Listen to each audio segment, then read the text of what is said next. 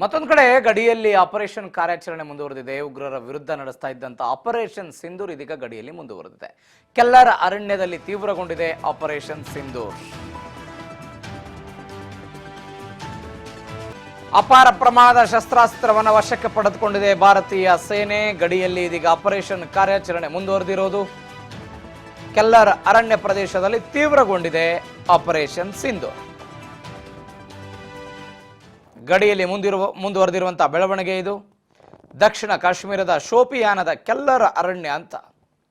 ಅದರಲ್ಲಿ 3 ಉಗ್ರರನ್ನ ಭಾರತೀಯ ಸೇನೆ ಹೊಡೆದುರುಳಿಸಿದೆ, ಹತ್ಯೆಗೈದಿದೆ ಎನ್ನುವಂತ ಮಾಹಿತಿಗಳು ಸಿಗ್ತಾ ಇದೆ. ಇದರ ಜೊತೆಗೆ ಅಪಾರ ಪ್ರಮಾಣದ ಶಸ್ತ್ರಾಸ್ತ್ರವನ್ನು ಕೂಡ ವಶಕ್ಕೆ ಪಡೆದುಕೊಂಡಿದ್ದಾರೆ ಅಂತ.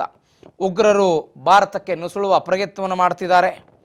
ಇವೆಲ್ಲದರ ನಡುವೆ ಇದೀಗ ಭಯೋತ್ಪಾದಕರನ್ನ ಭಾರತ ಹೊಡೆದು ಹಾಕಿದೆ. ಆಪರೇಷನ್ ಕೆಲ್ಲರ್ ಅಂತ ಇದನ್ನ ಭಾರತೀಯ ಸೇನೆ ಕರೆದಿರೋದು. ಗುಪ್ತಚರ ಇಲಾಖೆಗೆ ಮಾಹಿತಿ ಬಂದಿತ್ತಂತೆ. ಮಾಹಿತಿಯ ಅನ್ವಯ ಇದೀಗ ಹೊಡೆದು ಉರುಳಿಸಿದ್ದಾರೆ. ಲಷ್ಕರ್ ಎ ತೊಯ್ಬಾ ಉಗ್ರ ಸಂಘಟನೆಗೆ ಸೇರಿದ ಉಗ್ರರು ಅನ್ನುವಂತಹ ಮಾಹಿತಿಗಳು ಸಿಗ್ತಾ ಇದೆ. ಸೆಕ್ಯೂರಿಟಿ ಫೋರ್ಸ್, ಆರ್ಮಿ ಮತ್ತು ಸ್ಥಳೀಯ ಪೊಲೀಸ್ ಅಧಿಕಾರಿಗಳು ಈ ಕಾರ್ಯಾಚರಣೆಯಲ್ಲಿ ಭಾಗವಹಿಸಿದ್ರು. ಉಗ್ರರ ಕ್ಯಾಂಪ್ಗಳನ್ನು ಧ್ವಂಸ ಮಾಡಿದ್ದಾರೆ. ಅಪಾರ ಪ್ರಮಾಣದ ಶಸ್ತ್ರಾಸ್ತ್ರಗಳನ್ನು ಸೀಜ್ ಮಾಡಿದ್ದಾರೆ.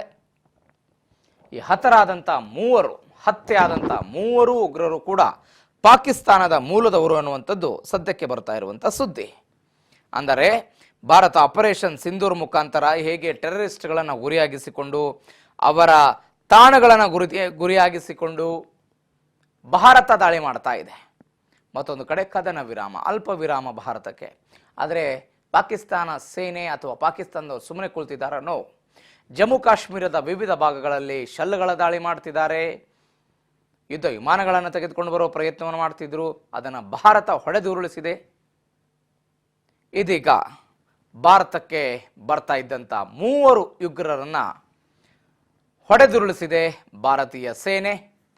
ಕೆಲ್ಲರ್ ಎನ್ನುವಂಥ ಅರಣ್ಯ ಪ್ರದೇಶದಲ್ಲಿ, ದಕ್ಷಿಣ ಕಾಶ್ಮೀರ ಆ ಪ್ರದೇಶದಲ್ಲಿ ಹೊಡೆದುರುಳಿಸಿದ್ದಾರೆ.